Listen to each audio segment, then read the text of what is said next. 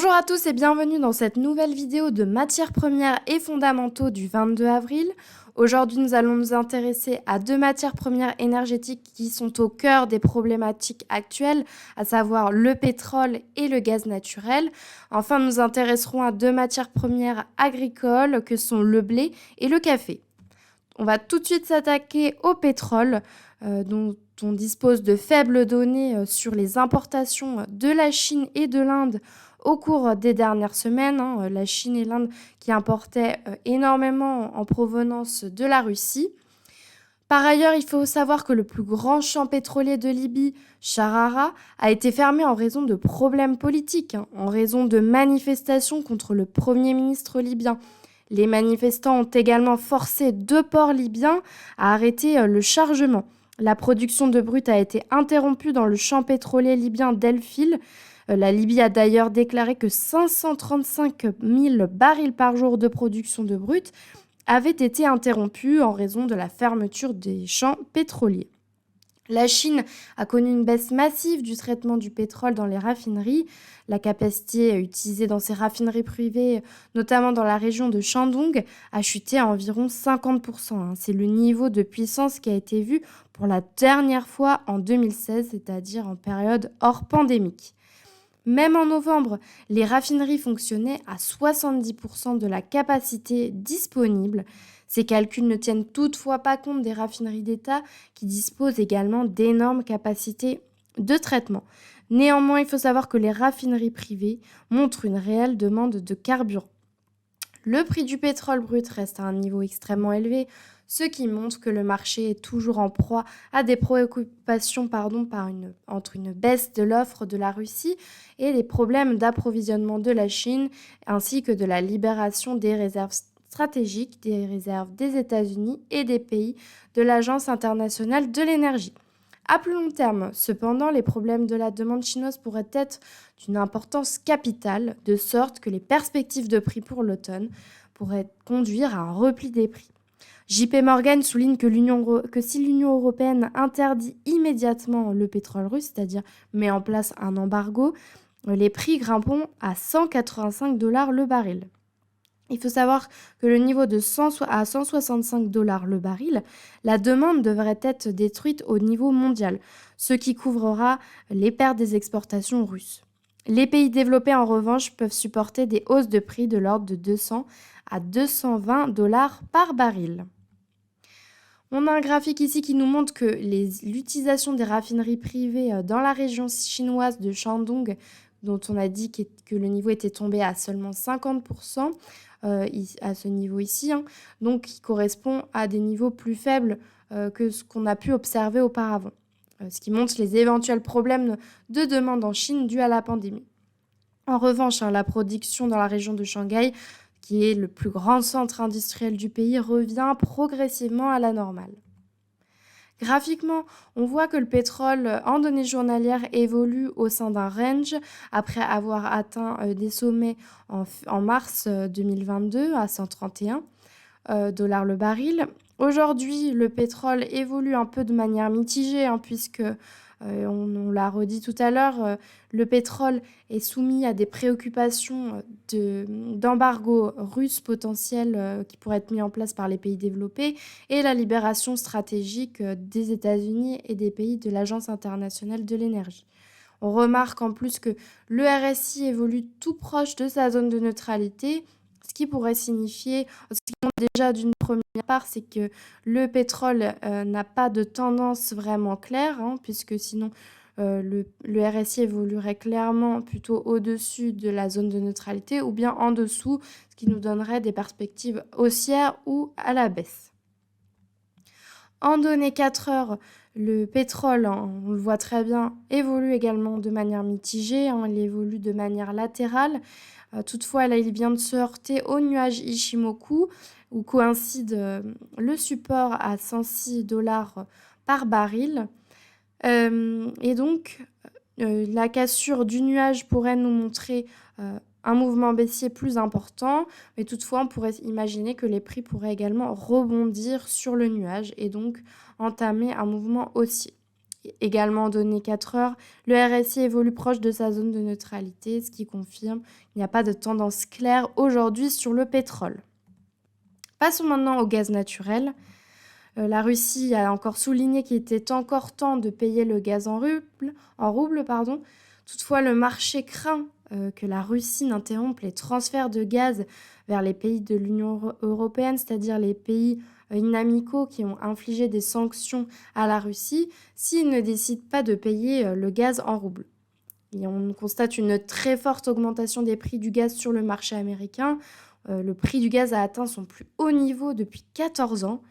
On note aussi que les stocks américains, qui sont bien inférieurs à la moyenne sur 5 ans, sont dus à l'augmentation des exportations de gaz vers les pays européens.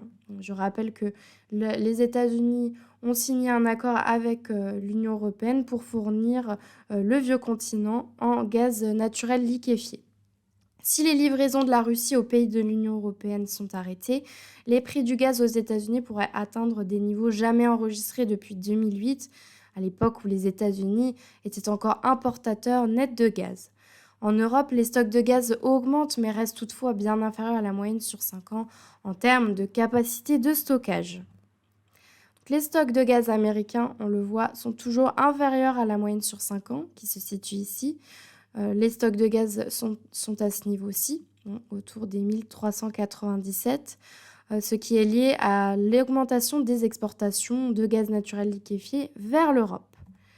En Europe, les stocks augmentent également. Ils commencent à suivre la tendance de la moyenne sur 5 ans. Mais imaginons que la Russie décidait d'arrêter ses exportations de gaz, alors la demande de gaz américain pourrait augmenter considérablement, ce qui ferait grimper les prix. Les niveaux de prix en Europe, en termes d'unités américaines, c'est-à-dire en millions de BTU, c'est-à-dire de British Thermal Unit, est à un niveau relativement stable, autour ici des $30. Graphiquement, le gaz naturel, après avoir atteint des sommets en avril 2022, s'est légèrement replié pour atteindre le niveau de support de 6,9. Et donc, ce niveau est un niveau technique important puisque les prix du gaz pourraient venir rebondir sur ce niveau pour réentamer un mouvement haussier ou bien casser ce niveau et donc entamer un mouvement baissier en direction par exemple des 6,2. On remarque aussi que le RSI a cassé la zone de surachat, ce qui nous a donné justement un signal de vente avant la baisse que l'on a pu apercevoir ici. Et donc, pour le moment, la tendance reste haussière puisque le RSI évolue au-dessus de sa zone de neutralité. En données 4 heures, le Natgaz évolue de manière mitigée. On voit qu'il vient de se heurter à un obstacle technique important, à savoir le nuage Ishimoku, et où coïncide également la zone de support qu'on l'a mentionné précédemment. On pourrait donc imaginer que les prix du gaz pourraient soit rebondir au contact du nuage, soit le casser et donc approfondir et confirmer une nouvelle tendance baissière. On remarque aussi que le RSI évolue proche de sa zone de neutralité, ce qui nous confirme qu'il est difficile à l'heure actuelle de donner une tendance nette sur le Natgaz. Passons maintenant aux matières premières agricoles et on va commencer tout de suite par le blé.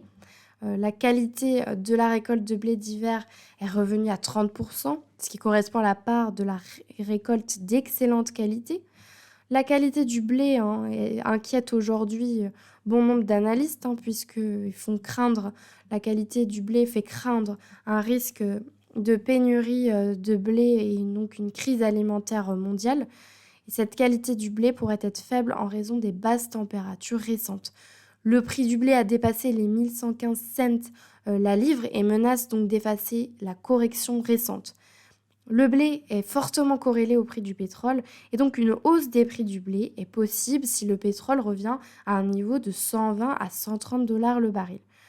Les perspectives pour les cultures d'Amérique du Sud qui sont soumises aux sécheresses sont très mauvaises et évidemment, vu le contexte géopolitique de guerre en Europe de l'Est, les perspectives pour les cultures sont également très mauvaises. Le très mauvais début de saison pour le blé d'hiver ont entraîné des fortes baisses de qualité qu'on peut voir sur la ligne jaune, donc en axe inversé ici, qui s'accompagnent généralement de fortes hausses de prix.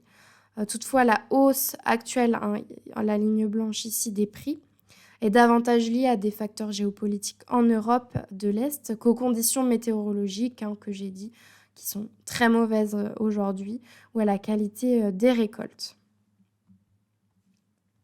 Graphiquement, en données journalières, le blé a testé le retracement de Fibonacci à 38,2% de la récente correction. Le niveau de 38,2 se situe ici, ce qui constitue un signal potentiel pour les acheteurs.